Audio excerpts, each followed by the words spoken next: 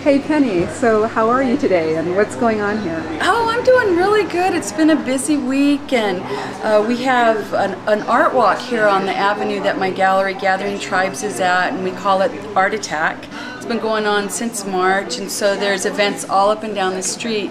And this event here at Gathering Tribes, we're featuring the artist Michael Horse. So he's here tonight. Sometimes we have music, sometimes we have spoken word, and we've had lots of different artists and performers here. Ogie Johnson, Walter Ogie Johnson, he's played his flute here, and Kim Shuck did poetry reading here, and Philip Mashiki, who's this awesome, right. Oh my God, he's so cool. He's, just did him a couple of days ago. Oh, you did? Yeah, I just love Philip. He's one of those people, like, when you're listening to him, you're in one place internally, and after he's finished doing his reading, you're in a completely different place internally. He really shifts, at least me, and a lot of the other people I talk to. And then upcoming, we have Sosa Keti. He's a Mohawk potter and painter, and he's going to come and do a Mohawk social the first Friday of September. And he'll do some Mohawk social songs and teach us some dances, and then his art will be here all weekend.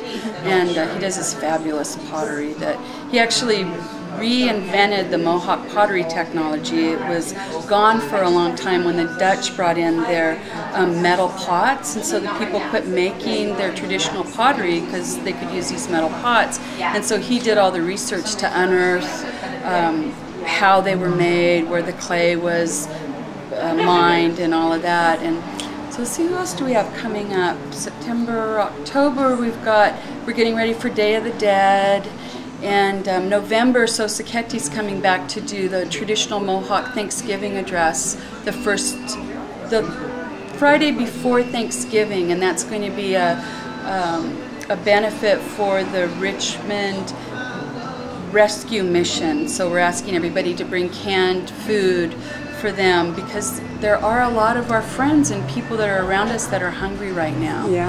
And so we want to do our part to help the local food banks. And I had something happen just the other day where this older, very dignified woman, very well dressed, came in to the gallery and wanted to sell her pearls.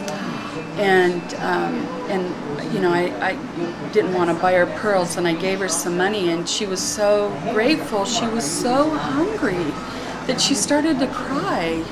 And so it really opened my eyes that people that we don't expect to be hungry are hungry around us. So, you know, I just want to encourage whoever's going to be watching this to look around to see who's hungry that you don't expect. Maybe your neighbors or your friends or family members that are too proud to tell you. And so it's a big issue in the United States right now. Yeah, and then we're also, Gathering Tribes is one of the sponsors to bring to do a big fundraising event and film premiere for the Council of 13 Indigenous Grandmothers. And that's going to be in San Francisco at Grace Cathedral on Monday, October 5th.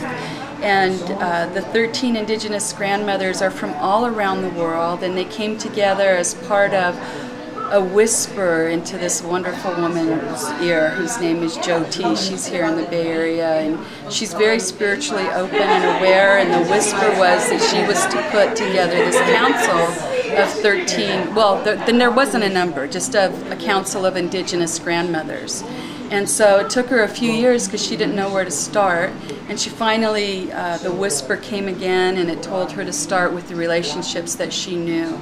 So she and some friends sent out letters to Indigenous grandmothers around the world. They sent out 16 letters, and out of those 16, 13 responded. And the first time they got together was in Upper State New York in 2004. And at that very first meeting, the grandmother from Alaska